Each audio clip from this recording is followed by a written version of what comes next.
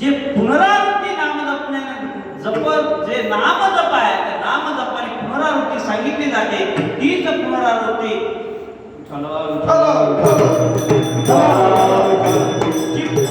पुनरावृत्ती सांगितली जाते ती पुनरावृत्ती म्हणजे मोक्ष आहे. आणि या अभंगाद्वारे सायुज्याचा मोक्ष सांगितला जातो. जो सायुज्याचा मोक्ष सांगितला तो सायुज्याचा मोक्ष कुणाला मिळाला? पुतनामावशीला सांगितलं जातं. पुतनामावशीला सायुज्याचा मोक्ष मिळाला. देवाचं नामस्मरण करून चराचरे सर्व देवा. जर आपल्याला जीवनामध्ये जीवन जगणं आणि मरणं जर हे जर बंद करायचं असेल तर अखंडितप्रमाणे सद्गुरु श्री निवृत्तीनाथ महाराजांजवळ आपल्याला जीवन समर्पित करावे लागेल. आता 15 दिवसापूर्वीची घटना आहे. सहज आपण सांगून जाईल. याच सद्गुरु श्री निवृत्तीनाथ महाराजांच्या समवेत महाराजांच्या साक्षीनं खूप दिवस नाही झाले, एक आजीबाई आली. आजीबाईने सांगितलं माझे सर्व दागिने मोडलेत. असं मला सर्व स्वतःचे दागिने सर्व मोडून टाकले. सर्व जेवढी जी मिळकत मिळाली ती सद्गुरु श्री निवृत्तीनाथ महाराजांच्या चरणावर अर्पण केली. मला काय पाहिजे? किती मोठा अनुभव आहे. ज्या व्यक्तीला या भूत लोकांमध्ये आपण सर्व असताना, संपूर्ण परिवार असताना स्वतःचे दागिने मोडून सद्गुरु श्री निवृत्तीनाथांच्या चरणावरती ती रक्कम ठेवली आणि त्या ठिकाणी तिने ती पावती दिली. सर्व आमच्या संस्थांनी पावती वगैरे त्यांना दिली. सांगण्याचं तात्पर्य एकच आहे का सद्गुरु श्री निवृत्तीनाथ महाराजांना अनन्य भक्तिभावाने जर तुम्ही शरण गेले तर जीवनामध्ये आपल्या समवेत सर्व आपण तर जाऊ जे ज्ञानोबा आहे, कैवल्य संभाजी चक्रवर्ती ज्ञानोबा आहे, ते ज्ञानोबा आहे. महाराज सांगतात निवृत्ती निगमता चिंतामणी निरंतर ज्ञान देव तिथे उभे धुळी जोडोनी कर. सद्गुरु श्री निवृत्तीनाथ महाराजांचा अधिकार अप्रतिम अवर्णनीय आहे. माझ्यासारख्या म्हणल्यापेक्षा या भूतलावर कुणीच सांगू शकत नाही. तो अधिकार सांगाव फक्त माझ्या पैठणच्या नाथबाबाने. काय म्हणायचं? सर्व संतांनी माझ्या निवृत्तीनाथ महाराजांचा महिमा वर्णन केलाय आणि आपल्या सर्वांचं भाग्य आहे ज्या या ठिकाणी आपण सर्व आणि कर्मधर्म संयोगाने यंदाचं वर्ष आपल्यासाठी 751 वर्ष आहे.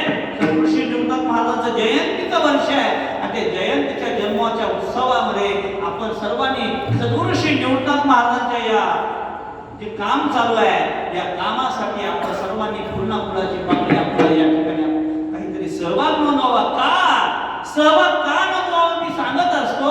सद्गुरु श्री निवृत्तीनाथ महाराजांच्या या मंत्राच्या जीर्णोद्धार कार्यामध्ये सहभाग का नोंदवावा?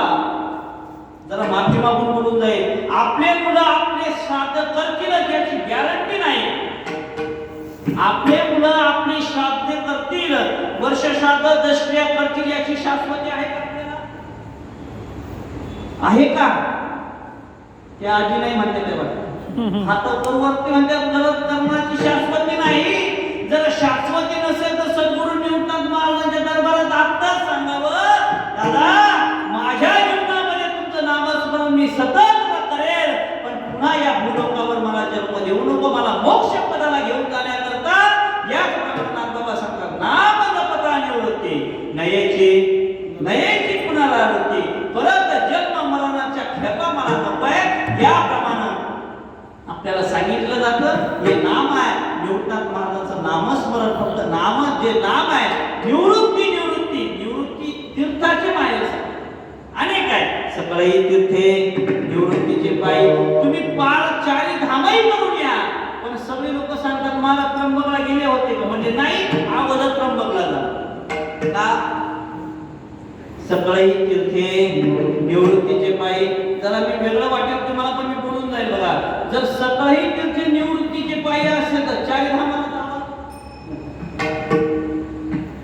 शक्य नसेल.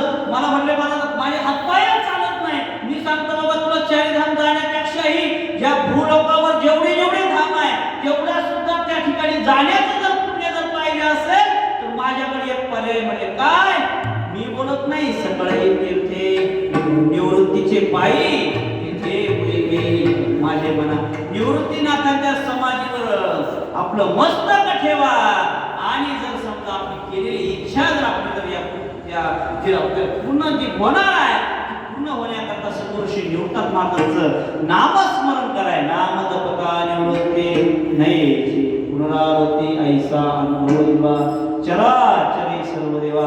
हेच निवृत्त महाराज ज्या नाम बाबा सांगताय, इतके निवृत्त महाराज इतके मोठे आहे, त्यांचं नामस्मरणानं जे जीवन आपलं पुण्यवान होणार आहे, त्या निवृत्त महाराजांना मी स्वतः शरण जातोय. एका जनार्दनी शरण. निवृत्ती म्हणता पावन.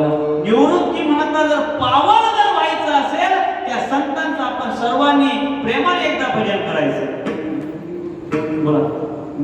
निवृत्ती